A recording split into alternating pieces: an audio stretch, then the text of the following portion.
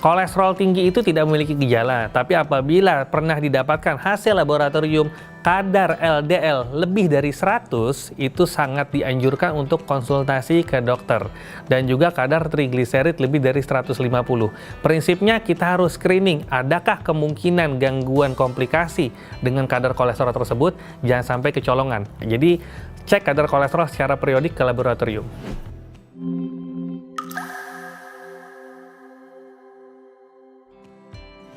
Kolesterol itu adalah salah satu komponen lemak ya. Dan kolesterol itu sebenarnya ada di dalam tubuh juga karena dia adalah salah satu pembentuk dari dinding sel.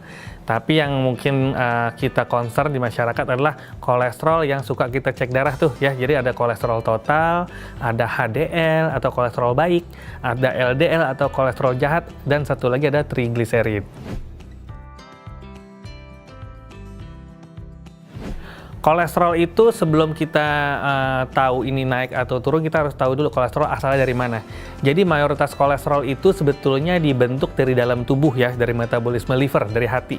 Nah, sisanya sebagian kecil itu baru dari makanan.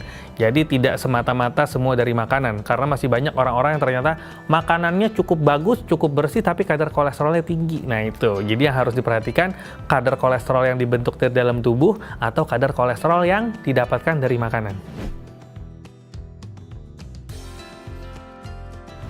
Kolesterol pada prinsipnya tidak memiliki gejala sampai memberikan komplikasi. Kalau selama ini teman-teman beranggapan bahwa sakit tengkuk diakibatkan karena kolesterol, itu adalah kesalahan ya, itu tidak ada hubungannya sama sekali. Karena kolesterol itu paling sering menyebabkan gangguan pembuluh darah, serangan jantung, stroke, dan gangguan empedu. Tidak ada kolesterol menyebabkan nyeri di sana, nyeri di sini, kesemutan di sana, kesemutan di sini. Bukan. Jadi kalau ternyata teman-teman memiliki gejala tersebut, itu bukan tanda dari kolesterol.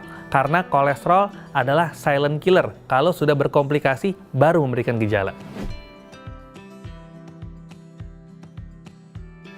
Kolesterol bisa berakibat buruk pada saraf, misalnya terjadi serangan stroke ya. Jadi kolesterol yang tinggi dalam darah disertai kerusakan dinding pembuluh darah akan menyebabkan kolesterol itu akan menumpuk di dinding pembuluh darah. Penumpukan kolesterol ini lambat laun akan bertambah sehingga pembuluh darah yang tadinya berdiameter cukup lebar itu akan tertutup timbunan kolesterol. Otomatis timbunan ini akan menyebabkan aliran darah berkurang. Aliran darah yang berkurang terutama ke otak dapat menyebabkan kematian sel otak yang kita sebut namanya stroke iskemik atau kita kenal stroke sumbatan. Selain itu, sumbatan yang akibat kolesterol tadi, plak tadi, tumpukan itu bisa lepas. Dan kalau dia lepas, dia akan menyumbat lagi sehingga menyebabkan stroke yang lebih luas lagi.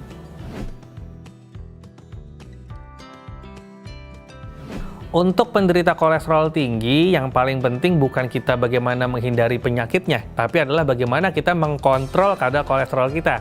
Karena kalau kadar kolesterol kita relatif aman, maka insya Allah yang namanya penyakit-penyakit komplikasi itu tidak terjadi.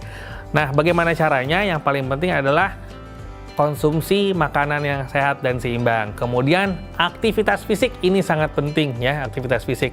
Kemudian hindari penyebab lain kolesterol itu mudah tertimbun seperti alkohol, konsumsi karbohidrat berlebih, kemudian merokok. Nah, seperti itu juga. Jadi dengan harapan apabila ini dilakukan, maka kadar kolesterol bisa terkontrol dan komplikasi tidak terjadi.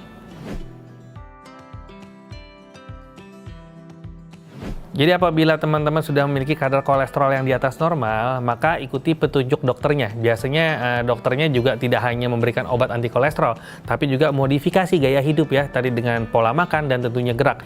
Dan obat kolesterol ini jangan langsung menghentikan sesegera mungkin. Kembali ke konsultasi ke dokternya biar dokter yang memberikan yang bisa menghentikan obat tersebut. Ya, sekian pembahasan tentang kolesterol. Saya Dr. Ziki Ombana, spesialis saraf. Sampai jumpa di episode berikutnya.